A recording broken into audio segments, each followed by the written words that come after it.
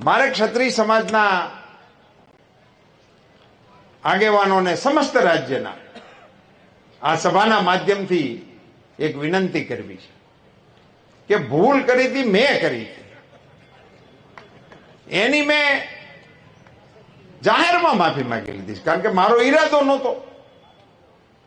અને સમાજની સામે જઈને પણ મેં માફી માંગી અને સમાજની વચ્ચે જઈને અને સમાજે મને એનો પ્રતિસાદ પણ આપ્યો.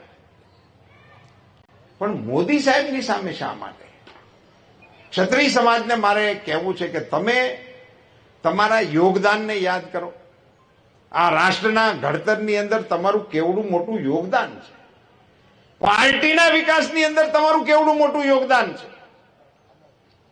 અને નરેન્દ્રભાઈ મોદી જેવા વડાપ્રધાન જ્યારે 18 કલાક માણસ ભારત સિવાયની કોઈ વાત વિચારતો ના હોય, મારા દેશ સિવાય કોઈ વિષયની સાથે જેનો નાતો ના હોય, 140 કરોડ દેશવાસીઓને જે માણસ પોતાના પરિવાર તરીકે સંબોધન કરતો હોય અને એમના આખી વિકાસ યાત્રાના સાથીઓ તરીકે કેટલા ક્ષત્રિય આગેવાનોના હું નામ લઈ શકું.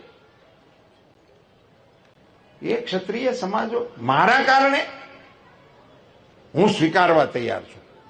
ચલો, આપને એમ લાગતું હોય કે મારી ભૂલ છે, મેં તો સ્વીકારી છે, પણ મોદી સાહેબની સામે ક્ષત્રિય સમાજને ઉભો કરી દેવો એ મને એવું લાગે છે કે યોગ્ય મને નથી લાગતું. નરેન્દ્રભાઈ મોદી આજે વિશ્વના નેતા છે, આપણા દેશના નેતા છે. હું ક્ષત્રિય સમાજના અગ્રણીઓને વિનંતી કરવાના મતનો છું કે આપ સૌ મોદી સાહેબની સામેના આ આક્રોશને એમાંથી આપ પુનર્વિચાર કરો.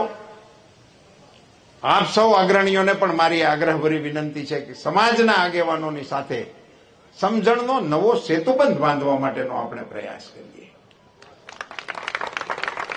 મિત્રો, ચૂંટણી માટે હું નથી કહેતો, હાર જીત માટેના વિષય માટેની આ વાત નથી.